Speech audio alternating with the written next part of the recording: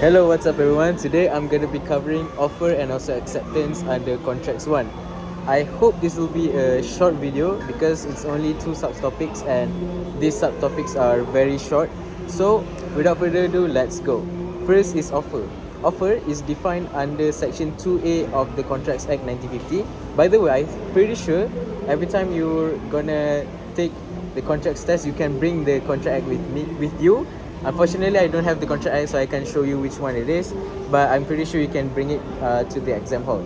So by the way, it's defined under section 2A of the Contracts Act, and that's about it for the definition. There are a few requirements of a valid offer. There are 4, which are: first, it must be communicated and complete. This is in the case of Carlyle against Carbolic Smoke Ball Code. This is a very iconic case. Second, it can be expressed or implied as stipulated in section 9 of the Contracts Act. So express and implied are 2 different things. Express is when the offer is made in writing. However, if it's made in another reasonable way, the keyword is reasonable. If it's made under any reasonable way, it is an implied promise, as seen in section 9, sorry. In the case of Preston Corporation Sendirian Berhad and Edward Leong. Third, it must be clear in meaning as provided in section 30 of the Contracts Act. Clear in meaning means the terms in the contract itself cannot be ambiguous. For example, in the case of Ahmad Me'ah and another against Nachoda American, it is stated that a building or house which must be a suitable building. That term is uncertain, it is ambiguous, and therefore the contract itself is not valid based on solely the ambiguous term that is used in the contract. And fourth, it must be valid in law.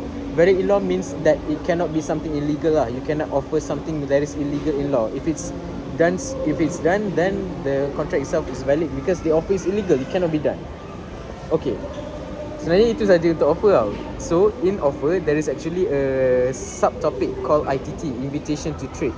Invitation to trades are something that happens before an offer. It's usually seen in shops and other scenarios lah. But basically, ITT is something that is not yet an offer, but it leads to an offer. But all offers do not need ITTs macam tu. There are a few types of ITTs. There are actually 5 in my notes. First is the display of goods. Display of goods is, for example, when you walk into a store, you see all of these clothes, all of this food, all of these fragrances that are displayed in the store. These are ITTs that are set up by the store so that when you as a customer want to buy, you are offering to buy that thing, and the acceptor or the offeree becomes the cashier that handles your transaction. Second is this is in the case of Pharmaceutical Society of Great Britain against Boots Cash Chemist. So in this case, a pharmacy was selling drugs that was supposed to be on prescription. So the plaintiff brought an action to the court saying that those drugs, those display of drugs do amount to offer. However, since it's only a display of goods and only when the customer makes an offer does a contract, only when a customer pays does a contract form. Therefore, the display itself is not an offer, but it's only amounts to an ITT.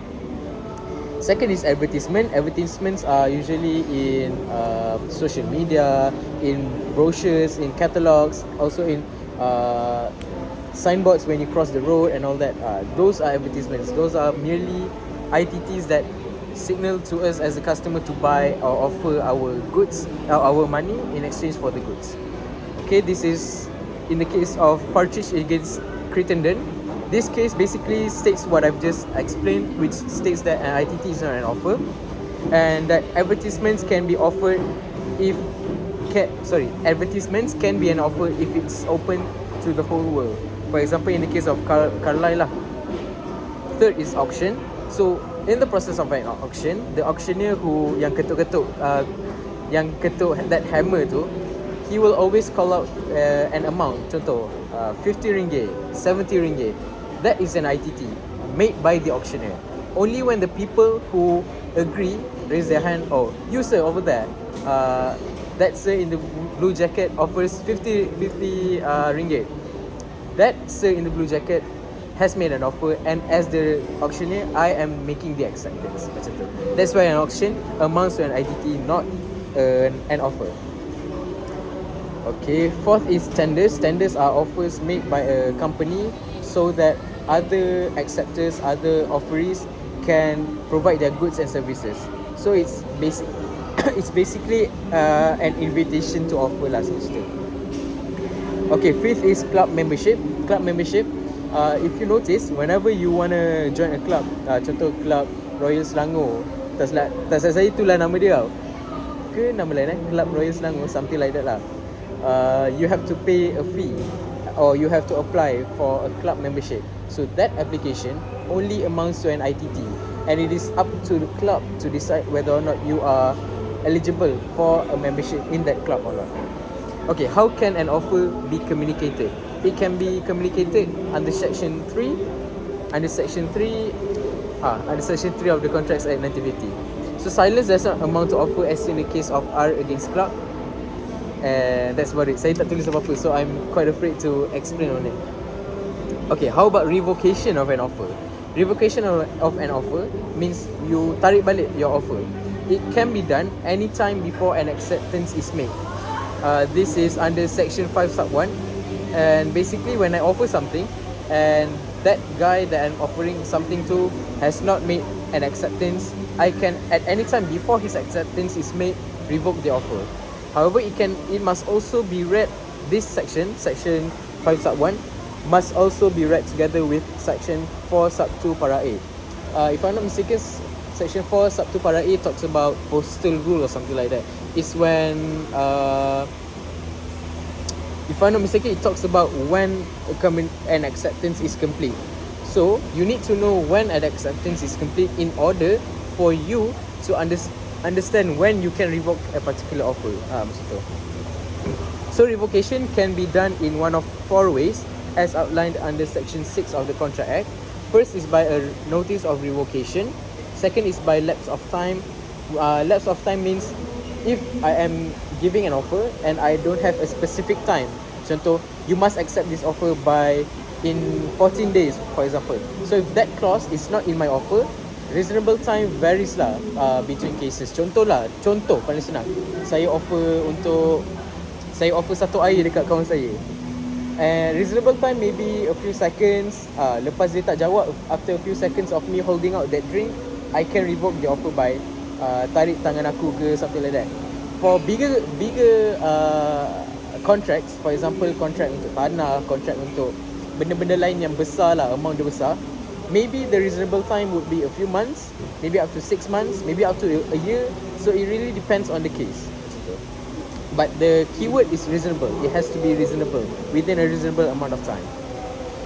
Okay. Third is failure to fulfill the condition precedent to the acceptance.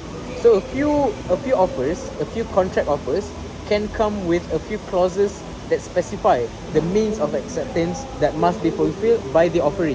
So if the offeree does not or fails to fulfill these conditions, then a revocation can be made, a revocation of offer.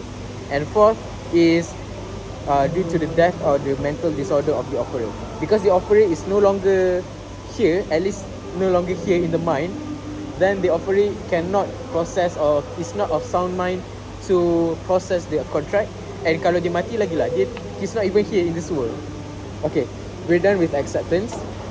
We're done with offer. Now we're moving on to acceptance. So acceptance is defined under section 2 para B of the Contracts Act 1950, and there are a few conditions of a valid offer. 1, 2. Okay, basically under section 7 para A and para B, there are only 2 of conditions of an offer of a valid acceptance. First, it must be absolute and unqualified. Absolute and unqualified means there can be no modifications done to the offer, and that the acceptance must follow exactly what the offer stipulates. Okay. Second, it must be expressed in a usual and reasonable manner. Usual and reasonable manner means if you do not want to express by words that you are accepting an offer, there must be a positive gesture that implies acceptance of an offer. Contoh, I nod, or I give a thumbs up, or I pay the amount that is supposed to be paid. Macam tu. That is a reasonable manner of acceptance. Okay, let's look at some of the scenarios. Some of the scenarios in which an acceptance is either qualified, meaning to say there are a few tweaks into the offer itself, or unabsolute. First is situation acceptance subject to contract. Subject to contract means there must be a formal writing of a contract in order for an acceptance to be made. That is a qualified acceptance, so it does not amount to a valid acceptance yet. Macam tu. Second is if a counter offer is being offered. Counter offer is basically when the offeree offers a new term to the contract, or he introduces a new term into the contract. Contoh, saya offer untuk jual benda ni for RM10, then the other guy dia offer untuk beli for RM5. So his response to my offer is considered a counter offer because dia nak bagi clause baru, so to say, clause baru to the contract. Macam tu. Okay, next, if the terms of offer is amended at the time of acceptance. So this is usually in written contracts, as seen in the case of Jones against Daniel. In this case, there was a written contract, and at the time of acceptance, the plaintiff's solicitor added new terms to the contract. So adding new terms to the contract makes the contract not follow its original terms, which was supposed to be agreed on. So that is why it does not amount to a valid acceptance. Okay, how can an acceptance be made? An acceptance can be made by one of two ways. First is by conduct, signifying your acceptance, which have a positive implication to your acceptance. And second is by performing conditions to an offer. We look at first by conduct. The offeree can indicate by conduct his intention to accept the offer, as seen in the case of Woon Yok Lin against United Estate Projects. And secondly, by performing conditions to an offer. This is stipulated under Section 8 of the Contracts Act 1950. And once again, there's a reason why this case is so iconic. Once again, this is seen in the case of Carlyle against Carbolic Smoke Ball Co. Silence does not amount to acceptance, and that there must be a passive. Let me do that again. Silence does not amount to acceptance, and that passive indication or inaction is not acceptance. So there must be a positive gesture, positive conduct by the offeree.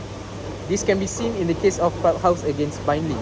So in this case, there was a proposal to buy one of the horses that was supposed to be sold at a particular event, and then the person whom the offer was made upon, he did not say anything. He was basically silent. So when the day has come, when the event was happening, kuda yang sepatutnya nak dijual kepada offeror tu terjual dekat orang lain. And then the offeror, which was the plaintiff, dia bawa kes tu ke court lah. Dia kata, oh, I have offered to buy that horse. He did not say anything. Tiba-tiba kuda tu dah dijual. Tapi since that offeree, which is the defendant, did not say anything, silence does not amount to acceptance. Therefore, no contract was formed. Macam tu. What are the reasons why silence does not amount to acceptance? Well, there are three. First is silence is ambiguous. When you are silent, you don't know people don't know whether or not you have accepted, or you are still thinking about it, or you do not accept the offer. That is why it is ambiguous. Second, an acceptance must be communicated to be binding. This we'll look into it later. It must be communicated lah, basically. Just like how an offer must be communicated, an acceptance must also be communicated. Excuse me, I'm so sorry. Okay, third, acceptance cannot be made through silence because to prevent the offerer from exploiting the offeree's inaction. So it's basically to prevent any offerer by putting the clause that says if you are silent, then your silent amounts to acceptance. Macam tu. Memanglah dalam bahasa Melayu kita kata diam tanda setuju, but in contracts it's not the case. Macam tu. So how can the acceptance be communicated? Well, in section 3 of the Contracts Act 1950, it's done through an act or omission, and it must be communicated and complete. However, this is a general rule which only applies to let's wind that back. So the general rule for communication of acceptance is it must be communicated when it is actually brought to the knowledge of the offerer. So, sorry, I think I said that wrong. Acceptance is communicated when it is actually brought to the knowledge of the offerer. Meaning to say, the communication of an acceptance is only complete when the offeror knows about the acceptance. However, this general rule is only for instantaneous communication. Contohnya macam kita cakap berdepan-depan, so once aku cakap dia pun dengar kan, ataupun by text, by call and all that. The exception to this general rule is the postal rule. Postal rule is dulu kan orang ada guna fax, orang ada guna telegram, orang ada guna surat untuk signify acceptance, untuk signify offer and all that. So the postal rule states that acceptance only takes effect when it reaches the offerer. Maksudnya, contohlah, kalau saya dapat satu offer daripada A cakap saya nak ni dan saya agree, I accept the offer, I have to write back to A kan. So let's say the time for my letter of acceptance to reach him is 3 days. So within 3 days, the communication of acceptance made by me is not complete. Only when the letter gets to A, when A knows about my acceptance 3 days after I post it, will the communication of acceptance be complete and a valid contract is formed. Macam tu. This can be seen in the case of Ignatius against Bell. I can't remember the exact date, but there was a stipulated date whereby the offeror received okay, tak apalah, I don't want to say it sebab saya takut salah facts. Okay, macam tu. Okay, it is important in postal rule to know when an acceptance is complete onto who, macam tu, as against the proposer or as against the acceptor, macam tu. So this is seen in section 4 sub 2 para A and B of the Contracts Act. So senang cerita, acceptance is complete on behalf of the acceptor when the acceptor puts his acceptance into the course of transmission towards the offeror. However, acceptance is only complete on behalf of the offeror when the offeror knows about the acceptance. So for postal rule, the communication of acceptance is complete when both of these elements are fulfilled.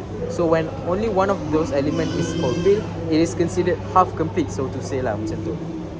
So what about revocation of an acceptance? Under section 5 sub 2, so this is like following section 5 sub 1, which is revocation of offer. So section 5 subsection 2 states that a revocation of acceptance can be done anytime before the communication of acceptance is complete.